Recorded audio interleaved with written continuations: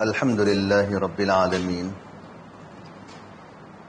والصلاة والسلام على سيدنا ومولانا محمد وعلى آله وصحبه وعلى من تبعهم بإحسان إلى يوم الدين أما بعد فقد قال الله تبارك وتعالى في كلامه المجيد والفرقان الحميد أعوذ بالله من الشيطان الرجيم بسم الله الرحمن الرحيم يا أيها الذين آمنوا كتب عليكم الصيام كما كتب على الذين من قبلكم لعلكم تتقون أياما معدودات وقال النبي صلى الله عليه وسلم الصوم جنة وفي حديث قدسي قال الله تبارك وتعالى الصوم لي وأنا أجزي به وفي رواية وأنا أجزى به أو كما قال النبي صلی اللہ علیہ وسلم۔ بزرگوں اور بھائیوں،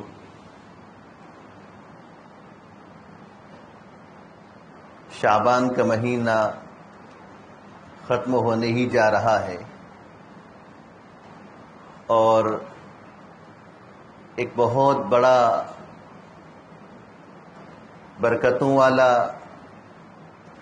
ثواب والا، نیکیوں اور اجر و ثواب کے کمانے کا مہینہ اللہ تبارک و تعالی ہم سب کو عنایت فرمانے والے ہیں۔ یہ اتوار جو آ رہا ہے اس کے بعد والے اتوار کو انشاءاللہ ہمارا پہلا روزہ ہو جائے گا۔ آج سے لے کر 9 یا 10 دن باقی ہے۔ دل میں بات یہ آئی کہ رمضان کا مہینہ شروع ہونے سے پہلے رمضان کے روزوں کے تعلق سے کچھ تھوڑی سی بات ہم سب کے کانوں میں پڑ جائے۔ رمضان کا مہینہ جب شروع ہوتا ہے اس کے بعد بیان ہوتے ہیں تو پھر کچھ نہ کچھ روزے گزر بھی جاتے ہیں، کچھ نہ کچھ تراویحیں بھی گزر جاتی ہے، ہماری غفلتوں کی نظر ہو جاتی ہے۔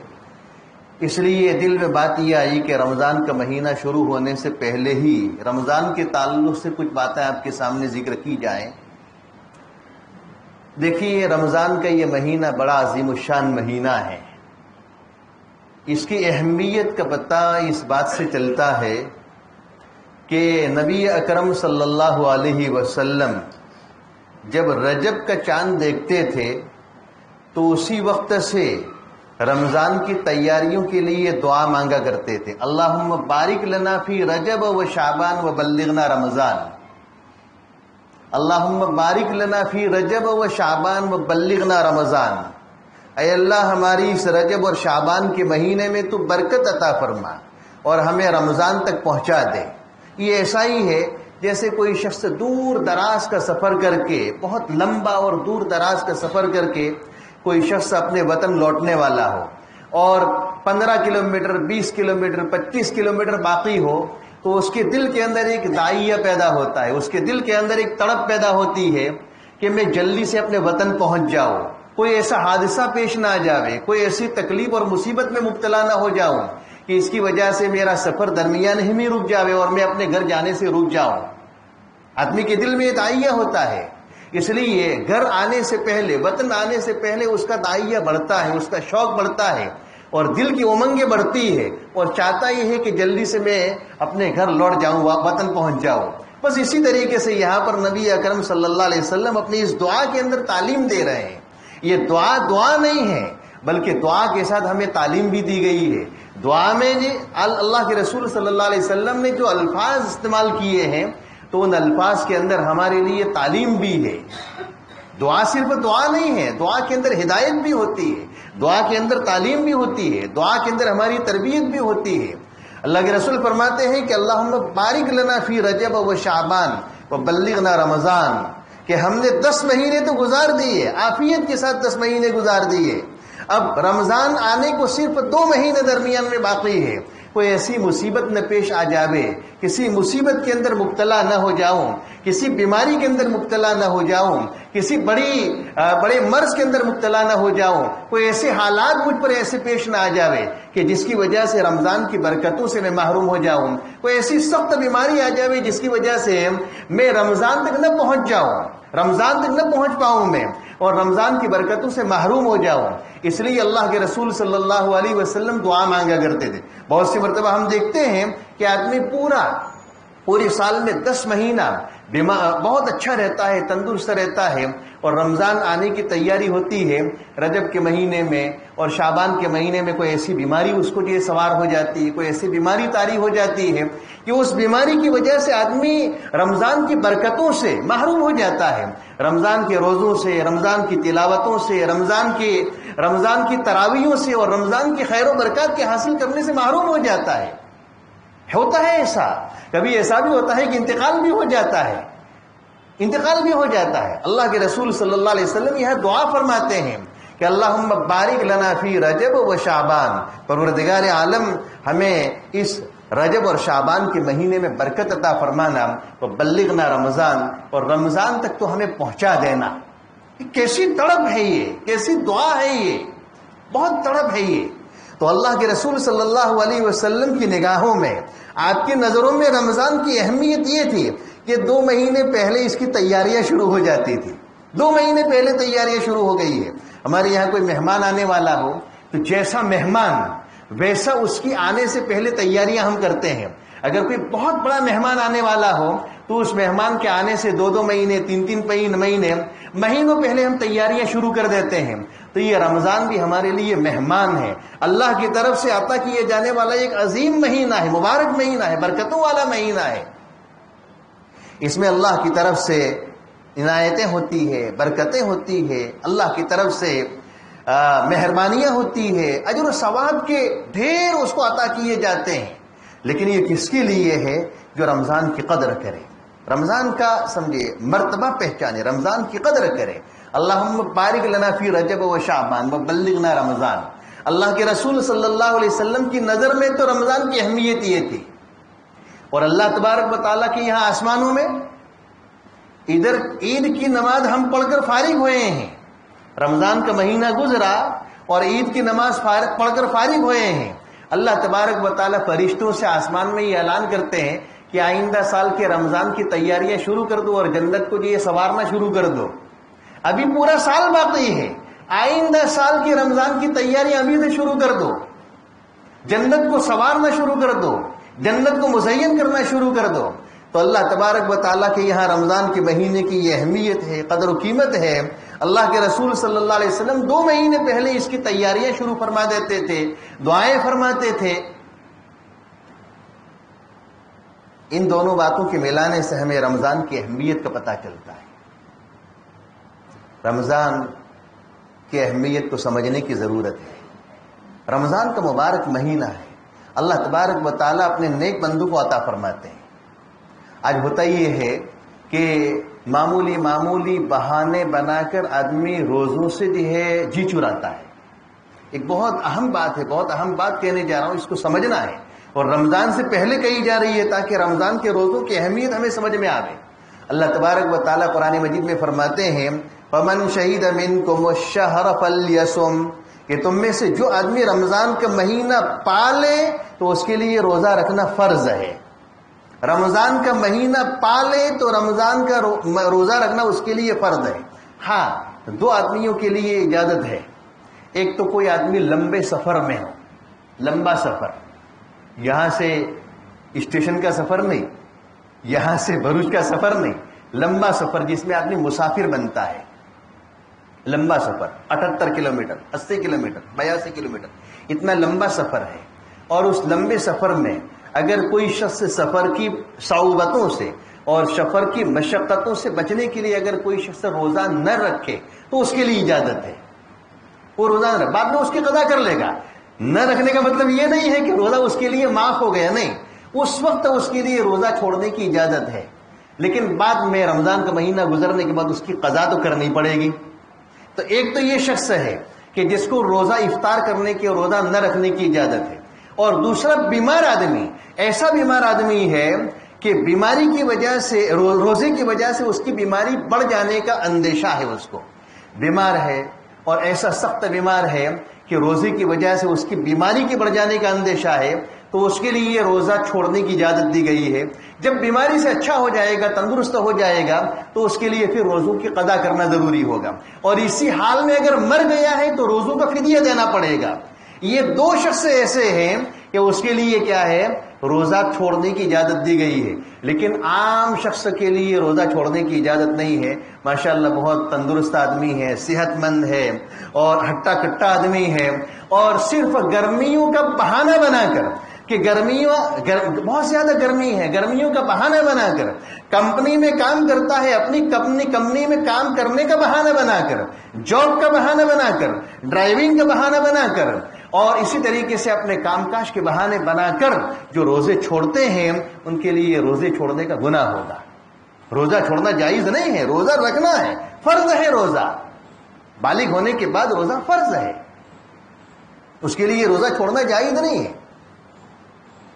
ہم تو دارالفتہ لے کر بیٹھے ہیں، تو بہت سی مرتبہ دارالفتہ میں فون سے پوچھا جاتا ہے کہ حضرت میں کمپنی میں جاب کرتا ہوں، کمپنی میں کام کرتا ہوں، کلر کی کمپنی میں کام کرتا ہوں، میں فلاں کمپنی میں کام کرتا ہوں، اور رمضان کا مہینہ آ رہا ہے تو روزوں کی وجہ سے میرے لیے یہ کام دشوار ہوگا، اگر میں روزہ رکھوں گا تو کام کرنا دشوار ہوگا، اور کام کی وجہ سے میرے لیے روزہ جو ہے دشواری کا باعث بن جائے گا، تو کیا میں روزہ چھوڑ سکتا ہوں؟ میں جواب دیتا ہوں کہ روزہ چھوڑنا آپ کے لیے جائز نہیں، حرام ہے، روزہ چھوڑنا بالکل جائز نہیں ہے۔ ایک مہینے آپ کمپنی سے یہ جاب کی چھٹی لے لو، لیکن روزہ چھوڑنا جائز۔ پہلے تو کوشش یہ کرو کہ روزے کے ساتھ آپ کمپنی میں جاب کر سکو، روزے کے ساتھ کمپنی میں جاب کر سکو، کام کر سکو، اور اللہ سے اس کی دعائیں بھی کرنی چاہیے، اہتمام کرنا چاہیے۔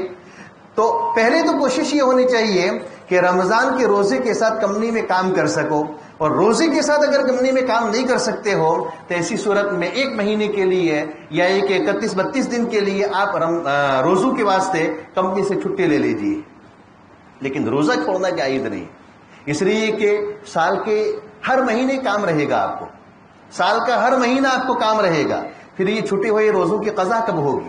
چھٹی ہوئی روزوں کی قضا کا موقع نہیں ملے گا۔ اس لیے اس مجمع کے اندر بہت سے لوگ ایسے بھی ہوں گے جو کمپنیوں میں کام کرنے والے ہوں گے، فیکٹریوں میں کام کرنے والے ہوں گے، ایسے لوگوں سے میں یہ اپیل کرتا ہوں کہ اپنا روزہ ہرگز نہ چھوڑے۔ روزوں کے ساتھ اگر کمپنی میں کام کرنا ان کے لیے ممکن ہو تو روزے کے ساتھ کام کریں، ثواب زیادہ ملے گا، ثواب زیادہ ملے گا۔ اس لیے کہ ایک حدیث کے اندر نبی اکرم صلی اللہ علیہ وسلم ارشاد فرماتے ہیں اجورکم علی قدر نصوبکم، کہ تم کو ثواب ملے گا تمہاری تھکن کے مطابق۔ آدمی تھکتا ہے، جتنا زیادہ عبادت کے واسطے تھکتا ہے تو اس تھکن کے مطابق اس کو ثواب ملتا ہے۔ اس لیے روزے کے ساتھ آپ کے لیے جاب کرنا، اور روزے کے ساتھ آپ کے لیے اگر کمپنی میں کام کرنا، فیکٹریوں میں کام کرنا ممکن ہو تو روزے کے ساتھ کام کیجیے، ممکن نہ ہو تو چھٹی لے لیجیے، لیکن روزہ چھوڑنا جائز نہیں ہے۔ ایک بات تو یہ ہے، بہت اہم بات ہے، تو یہ دو شخص ایسے ہیں کہ جن کے لیے روزہ چھوڑنے کی اجازت ہے، لیکن بعد میں قضا کرے گا، اور اسی حال میں اگر مر گیا ہے تو اس کے لیے روزے کا فدیہ دینا ہوگا۔ باقی کیا ہے، روزہ چھوڑنا بغیر اجازت، بغیر کسی وجہ کی جائز نہیں ہے۔